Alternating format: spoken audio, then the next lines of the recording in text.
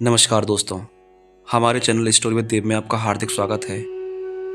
क्या आपने कभी महसूस किया है कि आपके आसपास कोई है लेकिन दिखाई नहीं देता? कभी अचानक आपकी रीढ़ में एक सिहरन दौड़ रही है, कभी बिना वजह मन बेचैन उठता है और कभी कोई अदृश्य शक्ति आपको किसी खतरे से पहले ही आगाह कर देती है। आज की कहानी आपको यह बताएगी कि अदृश्य शक्ति को कैसे पहचाना जाता है। लेकिन सावधान रहिए, यह कहानी सिर्फ सुनी नहीं जाती, महसूस होती है।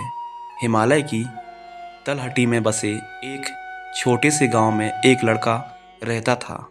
आरब, कम बोलने वाला, गहराई से सोचने वाला, लेकिन उसके पास एक ऐसी क्षमता थी जिसे वह खुद भी नहीं समझता था। वह उन चीज़ों को महसूस कर सकता था जो बाकी लोग नहीं कर पा रहे थे।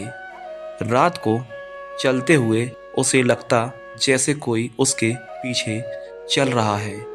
घर में अकेला होने पर भी उसे किसी की हल्की सी सांस सुनाई देती। खिड़की के पास खड़े होने पर उसे महसूस होता कि हवा में कोई संदेश छिपा है। गांव के लोग उसे डरपोक कहते थे, लेकिन उसकी दादी जानती थी, जिसे दुनिया डर समझती है वह कई बार देवीय संकेत देता है। एक रात अचानक गांव के बाहर बने प्राचीन मंदिर में घंटियां अपने आप बजने लगीं। लोगों ने सोचा हवा होगी, लेकिन आरव की रीढ़ में ठंडी बर्फ जैसी सिहरन दौड़ गई। उसे किसी ने बुलाने की आवाज़ आई, आरव आओ। आवाज़ बेहद हल्की मगर साफ थी, जैसे किसी ने उसके मन में फुसफुसाया हो।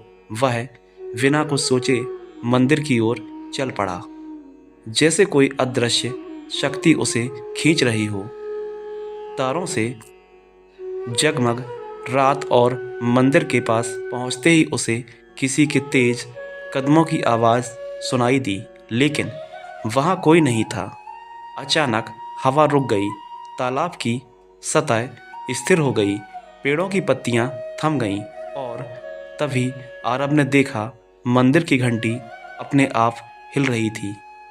मंदिर के अंदर एक साधु बैठे थे, चेहरा उनका एकदम शांत, आंखें बंद, जैसे वे किसी और दुनिया से संवाद कर रहे हों।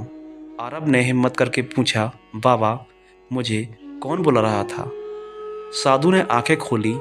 उनकी आंखों में गहरा प्रकाश था जो आरव के मन को पढ़ रहा था। उन्होंने कहा, जिसे तुम डर समझते हो वही तुम्हारी शक्ति है। आरव चौंक गया। साधु बोले, कुछ लोगों को अदृश्य शक्तियों का आभास जन्म के साथ मिलता है। तुम उनमें से एक हो। देखना चाहते हो कि ये शक्तियाँ कैसी होती हैं? आरब ने धीरे से सिर हिला दिया। साधु ने अपनी हथेली उसके सर पर रखी और मंत्र का जाप शुरू किया।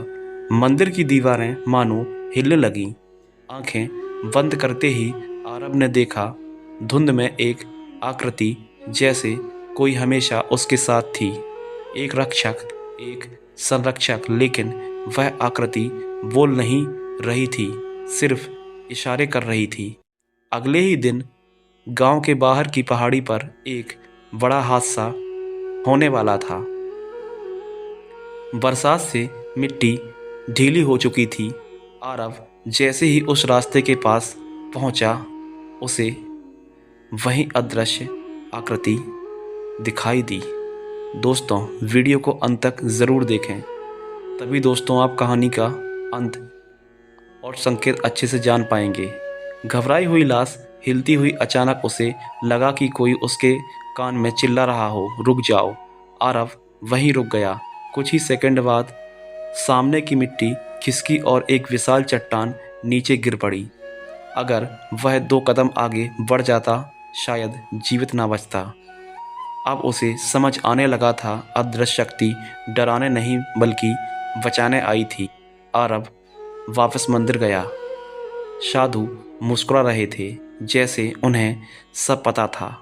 उन्होंने कहा, हर इंसान के पास एक अदृश्य शक्ति होती है। कुछ उसे अंतर्ज्ञान कहते हैं, कुछ देवदूत, कुछ पूर्वजों की आत्मा और कुछ परम चेतना का आशीर्वाद। आरब ने पूछा, तो मैं इसे कैसे पहचानूं? साधु बोले, 3 तरह से अदृश्य शक्ति अपनी उपस्थिति बताती है। नंबर 1, अचानक सिहरन, जब कोई खतरा पास हो। नंबर 2, बिना वजह बेचैनी, जब कोई गलत निर्णय लेने वाले हों।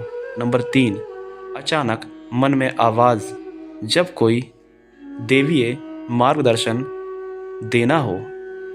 ध्यान रखो, जिस शक्ति को तुम आज महसूस कर रहे हो वह तुम्हारा मार्गदर्शन करने आई है। डरना नहीं, स्वीकार करना। साधु धीरे धीरे धुंध में गायब होने लगे, जैसे वह वास्तव में इस दुनिया के नहीं थे। आरव समझ चुका था, अदृश्य शक्ति उसे हमेशा बचाती रही और अब वह उसे पहचानना सीख चुका था। कहानी यहीं ख़त्म नहीं होती, क्योंकि हर इंसान के पास ऐसी शक्ति होती है, बस महसूस करने का हुनर चाहिए। दोस्तों, ऐसी आध्यात्मिक कहानियों के लिए हमारे चैनल स्टोरी विद देव को सब्सक्राइब करना ना भूलें। धन्यवाद।